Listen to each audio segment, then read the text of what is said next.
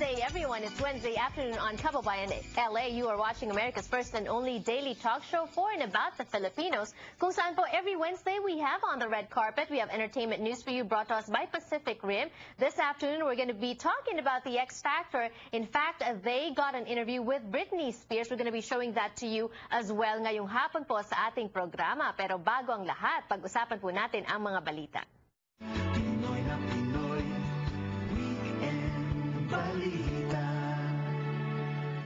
Joining us from their newsroom in Glendale and also celebrating his birthday today. Happy birthday to you, Ronnie Lygo, Editor-in-Chief of Weekend Balita.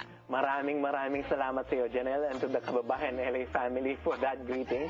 And lahat po sa inyo na nanonood ng Kababayan LA, magandang hapon po sa inyo. Ayan, music up! Happy birthday to you.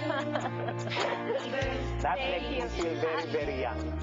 Happy birthday to you, Ronnie Lygo. Alam mo, magkaiba yung mga tradisyon natin. Sa Pilipinas, pag ikaw may birthday, ikaw ang nang-blow out, di ba? Oo nga eh. Ngayon, inibitahan yata kayo ni Janelle pumunta ng studio, magpapakain yata si Janelle. Dapat pag birthday mo, ikaw naman ang binoblow out. Meanwhile, Ronnie, I don't know if this is good news or bad news. Certainly, this is alarming news, especially since a kababayan, Ralph De Leon, plus two others actually pled not guilty. They were accused of plotting to kill Americans in foreign lands. Exactly. No? The arraignment took place this morning. No? Yung kasama natin si Nympha Rueda of Philippine Daily Inquirer. Siya po ang nag-cover ngayong umaga. She just came out from the federal court na kung saan po yung ating pong kababayan, si Ralph De Leon with the three others, they all pled not guilty on charges that they are going to kill Americans in foreign lands, including the Philippines.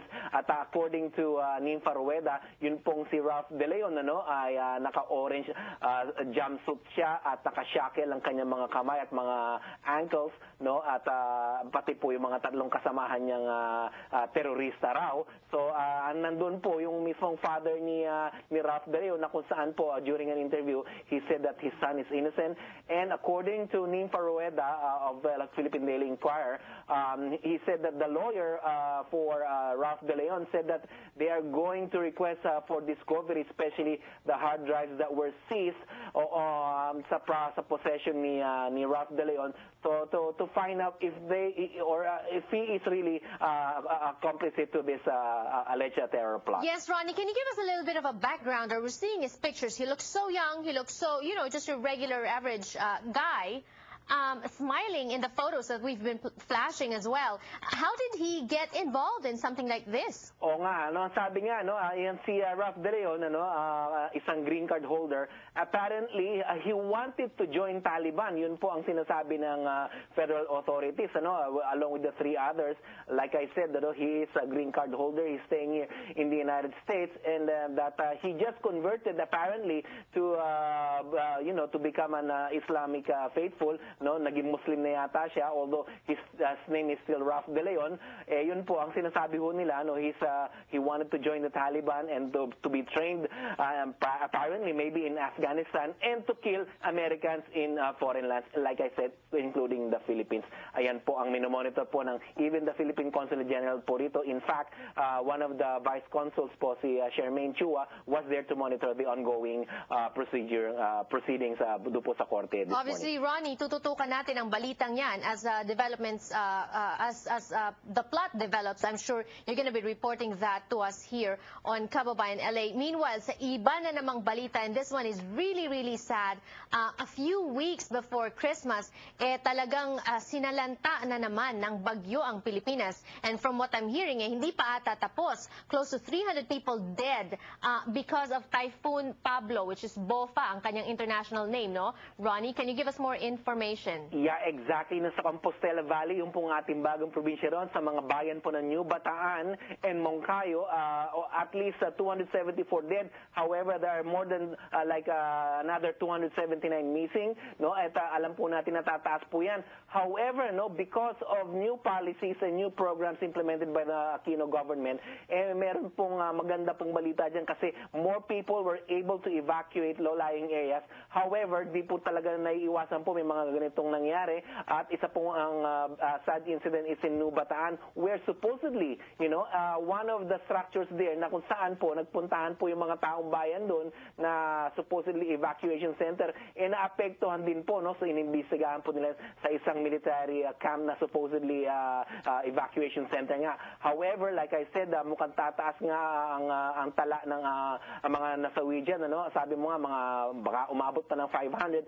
However, this compares to Sendong that hit almost the same area in 2011, ano? Alam po natin na more than 1,600 po yata ang namatay doon. So ito po, maganda po ang nangyari. Hopefully ang Aquino government, ang inaasahan po nila, bumaba ang tala at hopefully ang ating po mga kababayan will heed the warning so that there will be reduced number of deaths or talaga po sana wala na pong mamatay. To their credit, cabinet members were quick to act, no? Mar Rojas and Corazon Soliman were there right away assisting those who were affected by the typhoons. And right now we have 178,000 people huddled in evacuation centers. Of course, Ronnie, nakaugalian na ng ating community dito sa Amerika that we hold fundraisers to help those affected by calamities in the Philippines. Although, let me tell you, I helped organize a fundraiser sometime in August para dun sa mga naapekto ng habagat, no, Ronnie? And I sent an email out to people who are organizing things like this. And unfortunately, parang sobrang sunod-sunod ang mga fundraisers daw. Medyo nahihirapang mag-organize, especially getting into the Christmas season. So sabi nila, mag-donate po through some non-profit organizations here, GKUSA, that are for sure helping. Red Cross, of course. We have SIPA as well, Ronnie. Yeah. Are you there? Yes. Okay. I'm here.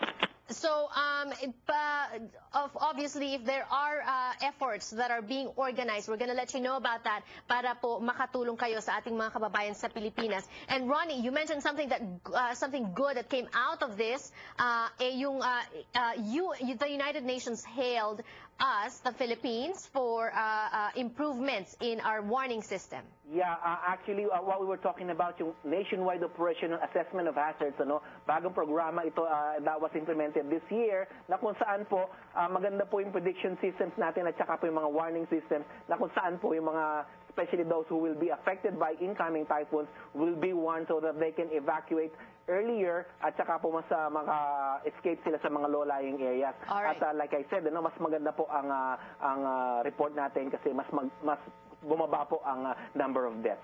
All right, thank you so much, Ronnie, for sharing those news stories with us. Mas marami pa pong balita. That was Ronnie Lago, Editor-in-Chief of Weekend Balita. Happy birthday to you. And meanwhile, dito po sa Kababayan LA, we have more information and news and stories for you when we return. Don't go away.